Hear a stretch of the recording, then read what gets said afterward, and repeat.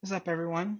Hope you're doing well today. It is Saturday, September 14th, the day before WWE Clash of Champions, and I am hopping in here to get a preview show done because I was unable to get one done during the week, and I wanted to make sure I got some content up for you guys heading into this pay-per-view.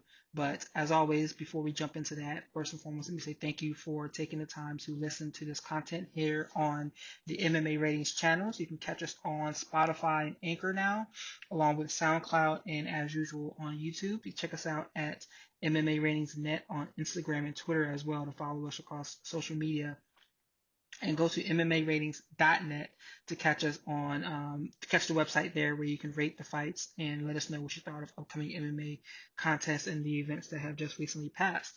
I also do this podcast, Let's Talk Wrestling, on a weekly basis to talk about professional wrestling and just some of the things that are going on within that industry. So with that in mind, let's go ahead and jump into today's show where we will be looking at the two go-home shows from Raw and SmackDown, along with a preview of Clash of Champions, which is Sunday, tomorrow's pay-per-view. And as always, the first thing I like to kind of start off with is whether or not I am overly excited about this show. And from the beginning, there are some things that are intriguing to me, and from a booking standpoint, I'm wondering what they're going to do. But I don't think that overall this show has some good points. I'm looking at the match card right now, and I want to say there's two matches that do not interest me right now. And I'm not even really going to touch upon those from a preview standpoint. One is Roman Reigns versus Erick Rowan, and the other is Alexa Bliss and Nikki Cross versus Mandy Rose and Sonya Deville. Bliss and Cross, they don't have anything else to do with the women's tag team championship right now. Bliss and Cross have basically run through everybody. And Rose and Deville, while they're a good team, they are. I think that they're booked in this position to lose. I hate to say it like that. I think Sonya Deville is the star out of those two. Mandy Rose is good too. She's gotten a lot better. And I used to be one of the people that would, I'm not going to say hate on her, but would critique her the most just because she has that look that the WWE was really, that they get behind. But Sonya Deville is really the one who I think has a bigger star power. She has a bigger crossover appeal from a wrestling standpoint, and I hope that she's the one who finally gets her shine and gets her day. But Bliss and Cross and this tag team match, I see Alexa and Nikki Cross keeping the titles. Nikki Cross has really done a lot with this run here. People thought it was going to be really short, pairing her with Alexa Bliss, but instead they've made it into something that's entertaining and something that is pretty intriguing. But still, this division doesn't really get me excited, and it doesn't make me want to stop and kind of focus on what's next for this group. So, this match is going to come and go, and I'm not really going to care too much about it. Roman Reigns and Erick Rowan, same thing here. I'm not really going to care a lot for this match, but for different reasons, just because the storyline has been so stupid and so ridiculous. I wish I could be a fly on the wall and see what happened backstage that got this match up. That got this angle so off track. It started going all the way back from when the speakers almost fell on Roman Reigns to when Buddy Murphy was involved to the We Found who tried to do it in that fake Erick Rowan. Like, just so many different points of contention where it's like this just isn't coming off right. And at some point in time, they just have to say, you know what, this is enough, and we need to book ourselves out of this. But they're at a point now where Roman and Rowan are going to fight on Sunday, and it's almost like a what's next piece of this. Like, what can they do to make this worthwhile? What can they do to make these guys a little less embarrassing coming out of it? I thought for a minute there we were going to get Luke Harper involved in this angle, which I thought would have been pretty good. Because I would like to see a Harper versus Reigns match. And to be honest, Rowan has gotten a lot better. He's shown us that he's gotten a lot better since being that guy who was a part of the Wyatt family. So Erick Rowan, in my opinion, has some potential here. He can't be cutting those type of promos that he was cutting on Tuesday night, and we'll get to that in a second when we go back and look at that go home show. But this match, the brawl that they had on Tuesday was excellent. I will say that when they fought, throwing fans onto each other, hitting each other in the face with the stage mic or the stage camera, all that stuff was great. But just the storyline piece of this hasn't really been doing it for me, and that's going to impact how I feel about this match come Sunday. So those are the only two matches actually that I take that back. There's a third match that I am not too excited for, and that's Shinsuke Nakamura versus The Miz. I can't even think about how many times these guys have interacted on TV together. Nakamura was commentating when The Miz had the match against Andrade on Tuesday, and it's funny because now that he's a heel, he only speaks in in Japanese now. So I guess that makes him a villain, right? Because he's speaking a foreign language, but that's consummate WWE booking there, ridiculous, foolish and stuff there. So I'm not even going to touch upon that. But Nakamura came into WWE with a huge, huge hype train behind him. I was not too into New Japan at the time, so I had no idea who he was. This is my extent of exposure when it comes to Shin in NXT and on the main roster, and I'm not impressed. I mean, it is not his fault. I know it's not just on him because he's been booked to do what he's been doing, but I'm just not into him in any way, shape, or form. I'm not into his character. I'm not into him as a heel. I'm not into him as a face. And this match doesn't do it for me either. I'd rather this could be on Monday Night Raw. This could be on SmackDown, other than the King of the Ring final between Chad Gable and Baron Corbin, which is going to be on Monday. This match actually the King of the Ring final should actually be at Clash of Champions, and this match here you can stick this away on Monday or Tuesday and kind of forget about it, in my opinion.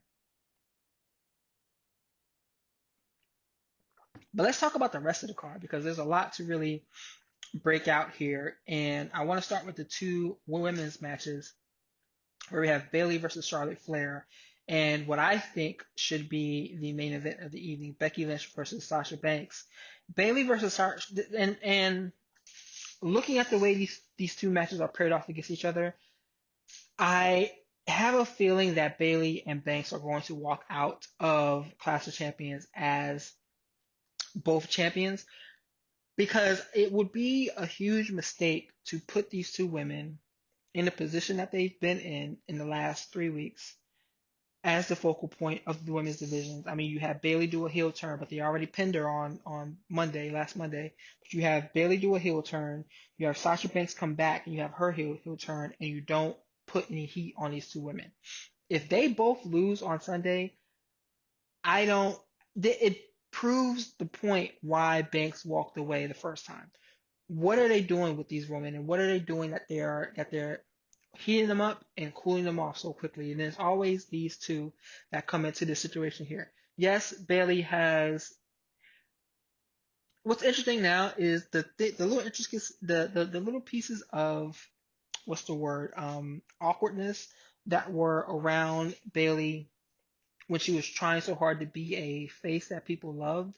Now it's kind of interesting to see her continue doing that as a heel, almost kind of playing it off.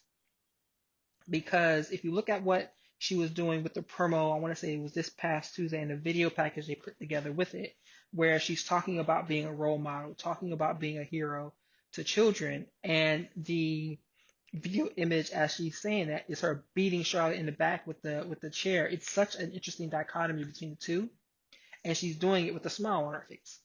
So it's almost as if she's playing that archetype, that villain where you see in the movies or you see in video games so much, where the villain doesn't believe they're wrong. They think that they're doing something for the betterment of those around them. And it almost seems like Bayley is falling within that archetype there. And I'm more interested in her character now than I was when she was a face. I wasn't a fan of the smiling and hugging Bayley that wanted to get over with the crowd in that way. But this version, I'm a bigger fan of. The question is, are they going to give Charlotte Flair this 10th title reign in Charlotte, North Carolina? And I mean, that's hard to overlook.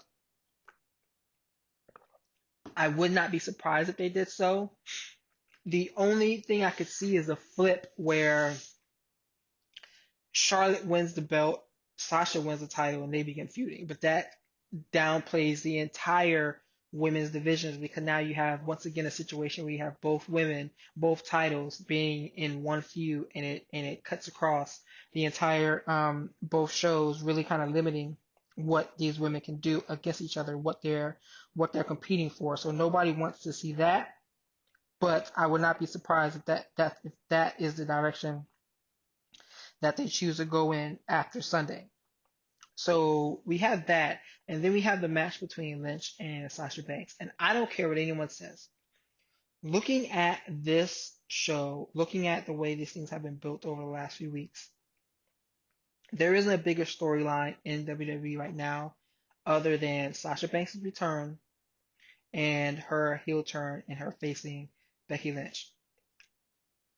Seth Rollins is a great champion. No, he's not a bigger storyline right now. Kofi Kingston and Randy Orton might be second. Kofi, I've been riding his coattails for, since this Kofi Mania run, since he won the title. But we'll talk about that match in a second. But that match is not as big as what we have here with with Becky Lynch and Sasha Banks. And this match has to be the main event, in my opinion.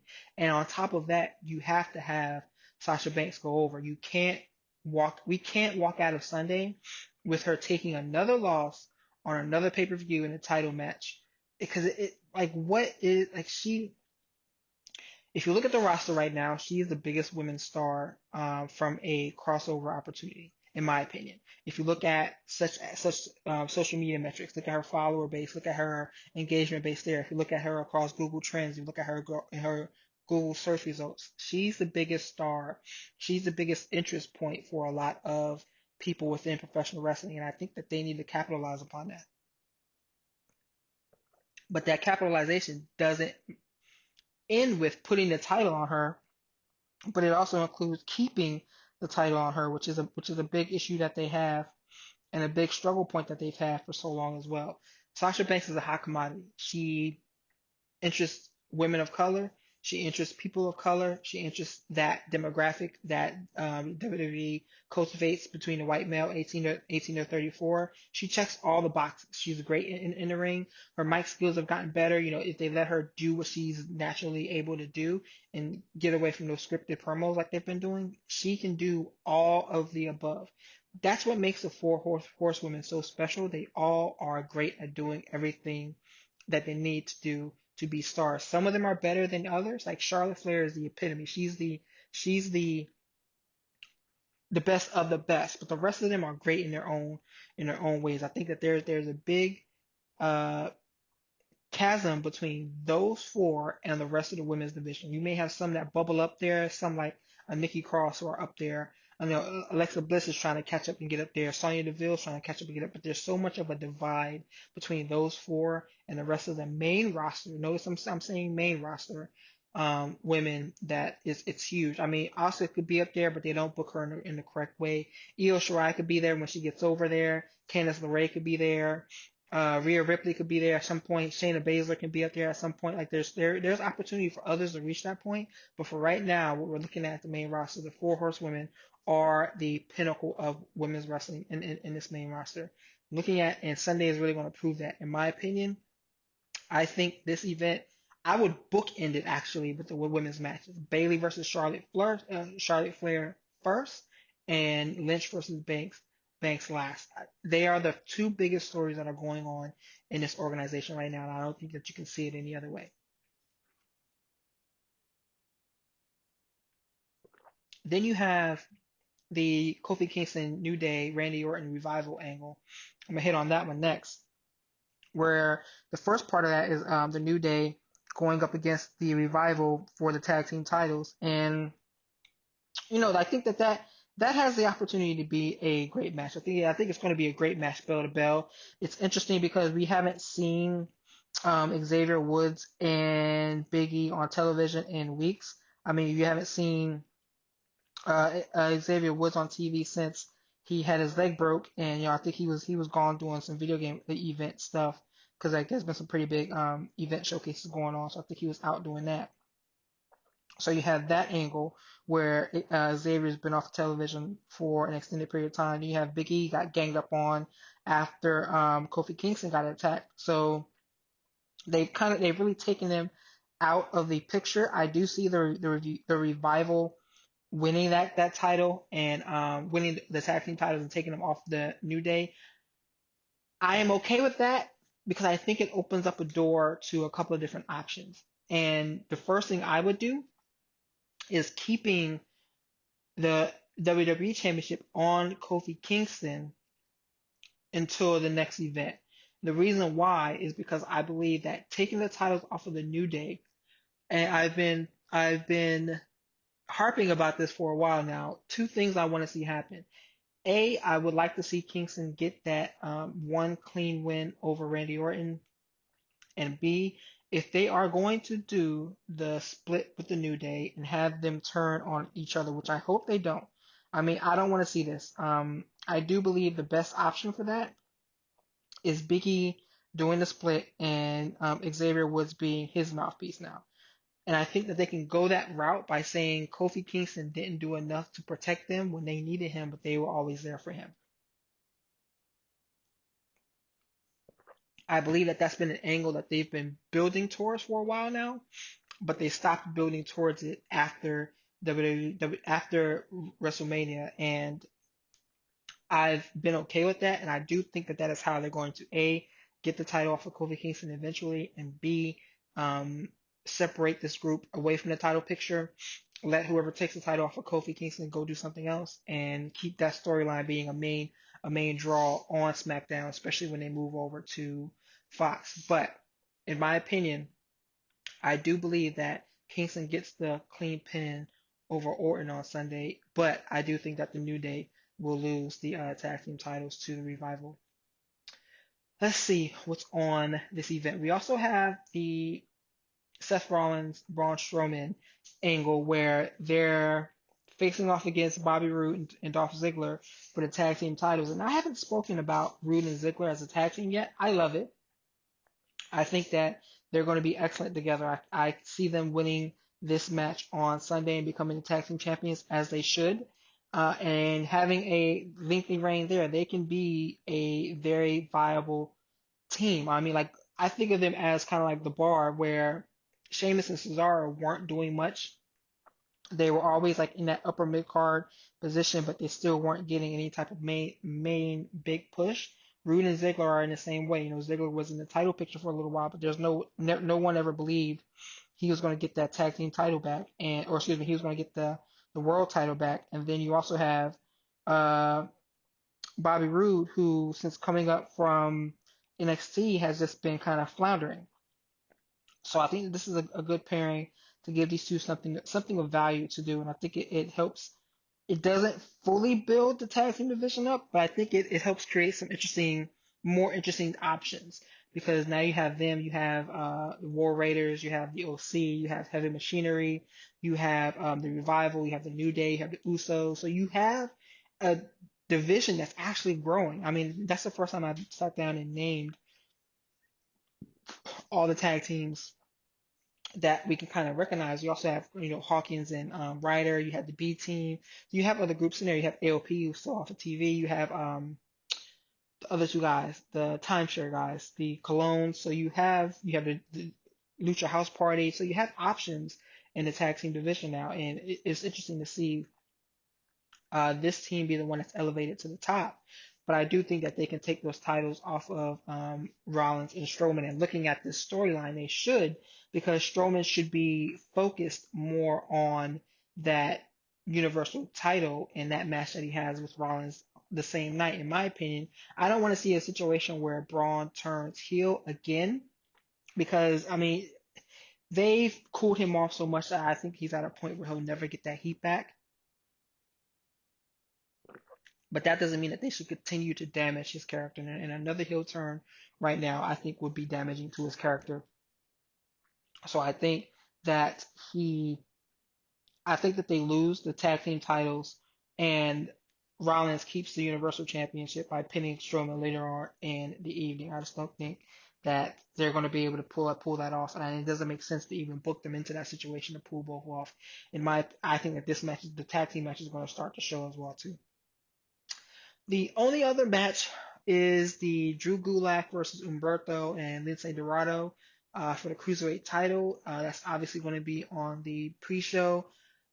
I mean, Gulak is going to keep that belt. He's the only one that's really intriguing at this time. He's the only one that has a lot of Showtime value. And I think that him versus Kushida, which is the angle, which is the direction, is the money feud on 205.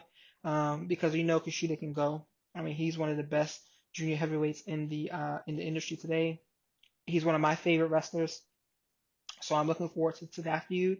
I think it's going to be a great match up when they do meet. I think they had a submission match a month back when Kushida first debuted, and Kushida won that there. But this is going to be, I mean, this is going to be a good match. It's going to be a high spot fest. I am going to watch it.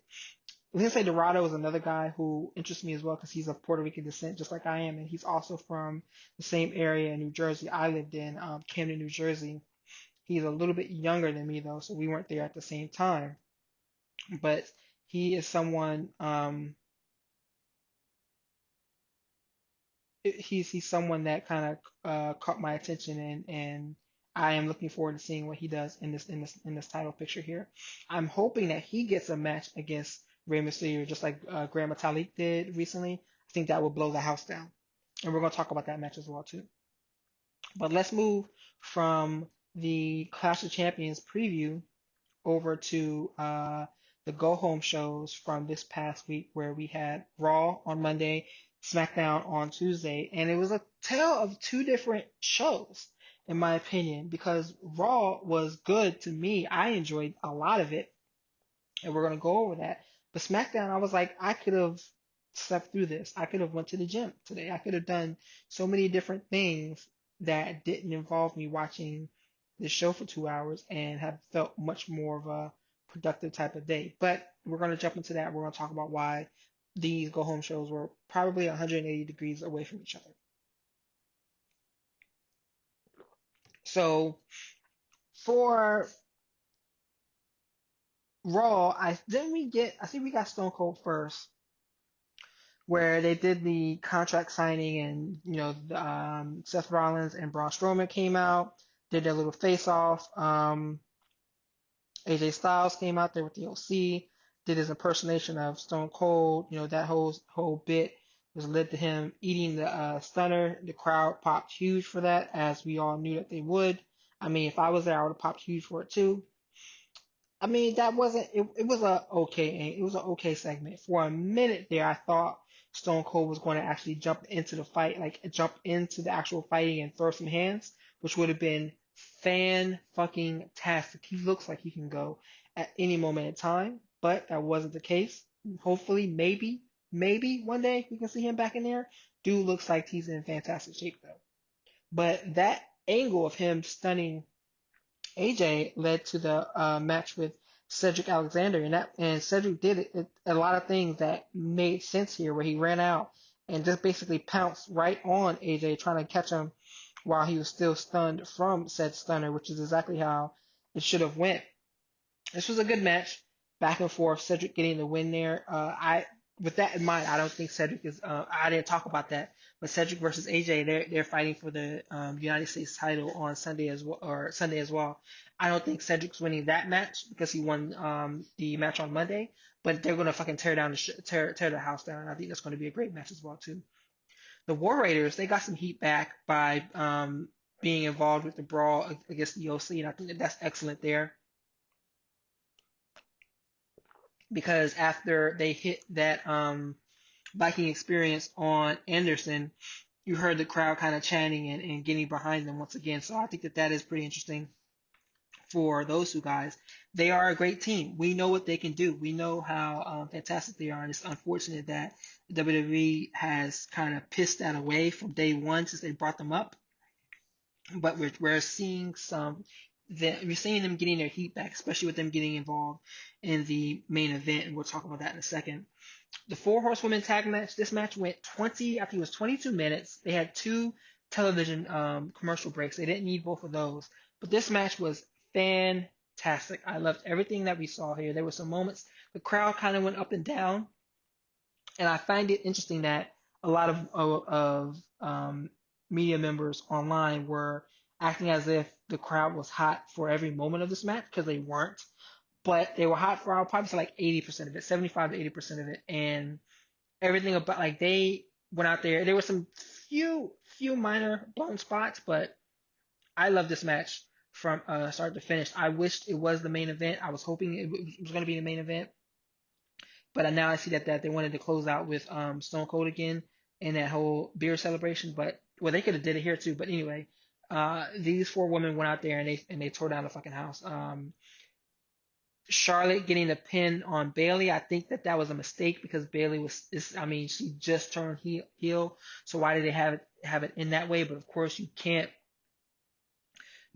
pin Becky Lynch or Sasha Banks either. So I'm thinking maybe Charlotte should have taken the pin there. I thought she was for a second, but either way, this was a great match. I love the spot where uh Bailey hits the Bailey to belly on Becky Lynch, throwing her into the guardrail, and then hits the German suplex on Charlotte, and all four of them are laid out. I love that whole chain of events, and then it leads to the finish. But there was nothing to really take away from this match here. I really enjoyed what these four women were able to do. Again, I really hope it was the main event. I think that they can main event a WrestleMania together, all four of them. Keep this iteration of this story. I mean, think about that. If they keep this iteration of this story going on for another 6 months, this can be the main event of WrestleMania 36 or 35, whatever number we on, and you still have in your back pocket the MMA four horsewomen against these four horsewomen, and that could be another main event for like a SummerSlam or the next WrestleMania. They've stretched this out successfully in a way that has benefited all of those parties involved. And Ronda stepping away after WrestleMania has helped. Them keeping Shayna in NXT has helped. So this is all kind of brewed itself to a perfect standstill where this match, I'm expecting this to be excellent. These four men, I'm expecting them to be excellent on Sunday. They had a potential of taking this and making this a Mania main event next year and then extending it from there. So there's a lot to really take from here, and it's such a great time to be watching this aspect of women's wrestling within the WWE. They still have a lot of work that they need to do across the rest of their roster, but this has been fantastic to watch. Then we had only other thing I want to talk about was Rey Mysterio versus Gran Metalik. I mean, this was Lucha Libre at its best here. Back in the days of WCW where the cruiserweights you would usually get like 10 to 15 minutes a show. This is exactly what this was. They paced it perfectly. Started off fast, then slowed it down a little bit, then got back to their flippy shit again. That spot on the outside where Rey Mysterio he got his neck destroyed. I mean, I was really worried. I'm like, he's paralyzed. His career is over. But he got back up into the ring. They did the damn thing, and it was exciting to watch, and I really appreciated that. Then we also had the 10-man tag. It was what it was. Good finish. Nothing to really take from there. And then SmackDown was the opposite. It was not a good show, and it hasn't been good over the last few weeks. And it makes me think of a piece that Blake Blake. I'm sorry, I'm going to butcher your name, but Ostriker. That's how I'm gonna go with Ostriker. He wrote in Forbes about some of the creative issues going on within SmackDown, and this show really kind of gave it away. I mean, The Undertaker came out. I was in the other room cleaning when I heard The Undertaker's music, and I ran out to try to see if The Fiend was going to make an appearance. Watch this whole segment. Watch Sami Zayn get smashed, and I'm like, they just like, I knew from that point on the rest of the show was gonna suck, and that they wasted my time. And that's exactly what happened from there. We got The Miz and Andrade. I mean, Andrade's looking great. You got The Miz out there blowing spots. Shouldn't have to take this loss. They have plenty of other people that could have taken this loss. Mojo Rawley, they got plenty of other people on the roster that could have taken this loss, and it didn't have to go to Andrade, somebody that they're trying to build up as a credible threat. The Mandy Rose versus Nikki Cross match. Now, a lot of people are talking about this because of Mandy Rose's piss poor promo where she basically is being a heel by saying that Nikki Cross is ugly. Now, I understand why people are upset about this because it's not only that this is the only type of sophomoric angles that the writers can come up with. It's like this is what they think women fight about. It's not just that, but it's the fact that the promo was piss poor, horribly from start to finish. But it's this is the best that you could come up with, and it's almost amazing to me, interesting to me how Nikki still made it like work. Like from the minute her music hit and she sprints past Alexa Bliss, I mean she is amazing in everything that she does. But that promo, and if that's the angle they're going with, it doesn't help Mandy Rose in any way, shape, or form. And that's the individual that they're trying to build up and push over. And it's like or build up and push up the ladder. And that promo didn't help her at all. It's not that it was offensive because people are like, oh, people are trying to make it seem like it's like people are being quote unquote snowflakes by being mad because she called her ugly. It's not that. It's that this is the best you can come up with in 2019. This is the best type of angle you can write for two women involved in a wrestling storyline. This is the best you got. And because it's Mandy being, this trying to make her into this era's Trish Stratus, it's like this is the best you can come up with. This is almost something out of the Divas era. And like I mentioned earlier, you see how this is a total step below what Charlotte, Bayley, Becky, and Sasha are doing. So Cross gets the win there. I mean, again, I'm still hoping for a Sonya Deville push at some point in time, but that's neither here nor there. Then we got the main event where, um, so Elias was hurt. It's a legit injury to his ankle. So they were saying who was going to be his replacement. I thought it was going to be Drew at first, but Drew's also injured. And so we get Shane. And everyone knew that if Shane was going to be involved in this tournament, this is exactly how it was going to happen.